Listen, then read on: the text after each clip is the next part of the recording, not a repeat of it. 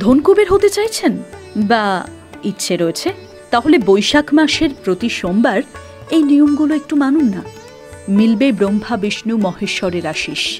শ্রী বিষ্ণু অর্থাৎ নারায়ণের প্রিয় মাস হল বৈশাখ। সনাতন ধর্মে এই মাস অত্যন্ত গুরুত্বপূর্ণ। গোটা বৈশাখ মাসটা ভগবান বিষ্ণুকে উৎসর্গ করা হয়ে থাকে। ধনকুবের হতে চাইলে বৈশাখের প্রতি সোমবার মানতে হবে একটু নিয়ম। সন্তুষ্ট হবেন মহাদেব, সংসারে আসবে আর্থিক সঙ্গতি, মনে ফিরবে সুখ, পূরণ হবে প্রতিটা ইচ্ছে।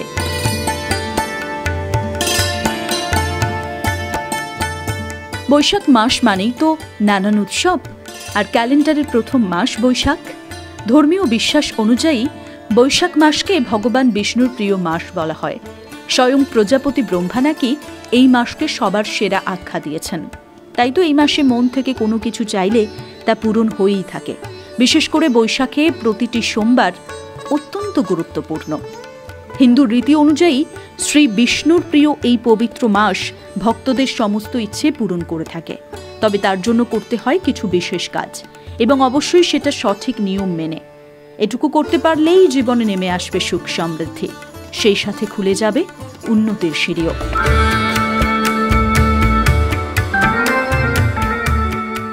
ধর্মীয় বিশ্বাস অনুযায়ী বৈশাখ মাসে সঠিক পূজাপাঠ, ব্রতপালন, উপবাসে অত্যন্ত পুণ্য লাভ হয়।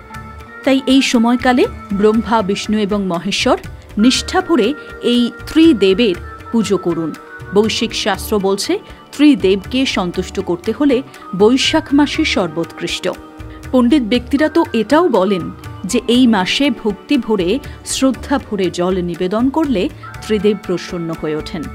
তবে তার আগে ত্রিদেবের আশিস পেতে ঠিক কি করতে হবে তা তো আপনাকে জানতে হবে। দেবাদিদেবকে খুশি করতে বৈশাখের প্রতি সোমবার শিবলিঙ্গে দুধ এবং জল নিবেদন করুন। কথিত আছে, শিবকে জল নিবেদনের গুরুত্ব সমুদ্র মন্থনের সাথে সম্পর্কিত। বলা হয়, সমুদ্র মন্থনে উঠে আসা গরল পান করার পর মহাদেবের গলা নীল হয়ে গেছিল। তখনই তাকে জল নিবেদন করেছিলেন সমস্ত দেবদেবী। এছাড়াও শিব পুজোর একটা অবিচ্ছেদ্য অংশ হল বেলপাতা। ধূত্র ফুল শিবের অত্যন্ত প্রিয়। বলা হয়, প্রতি সোমবার এইসব সামগ্রী দিয়ে মহাদেবের পুজো করলে তিনি সন্তুষ্ট হন, সংসারে সুখ শান্তি ফিরিয়ে দেন।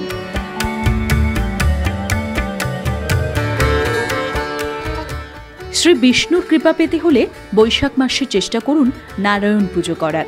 তবে মনে রাখবেন, মা লক্ষ্মী ছাড়া নারায়ণ অসম্পূর্ণ। তাই চেষ্টা করুন একসাথে লক্ষ্মী নারায়ণ পুজো করার। প্রসাদে অবশ্যই নারায়ণের প্রিয় ভোগ সিন্নি রাখুন। পুজো শেষে সেই সিন্নি মানুষের মধ্যে বিলিয়ে দিন। এছাড়া পুজো শেষে নিজে নারায়ণের পাঁচালি পড়ুন। ভগবানের কৃপা বজায় থাকবে আপনার সংসারে। শাস্ত্র অনুসারে বৈশাখের পূর্ণিমায় ধর্মরাজের পুজো করা অত্যন্ত শুভ। এই দিন উপবাস রাখলে অকাল মৃত্যুর ভয় থেকে মুক্তি পান ভক্তরা। এভাবেই গোটা বৈশাখ জুড়ে মেনে চলুন এই কয়েকটি নিয়ম। দেখবেন আপনার সংসারও ভরে উঠবে সুখ আর সমৃদ্ধিতে।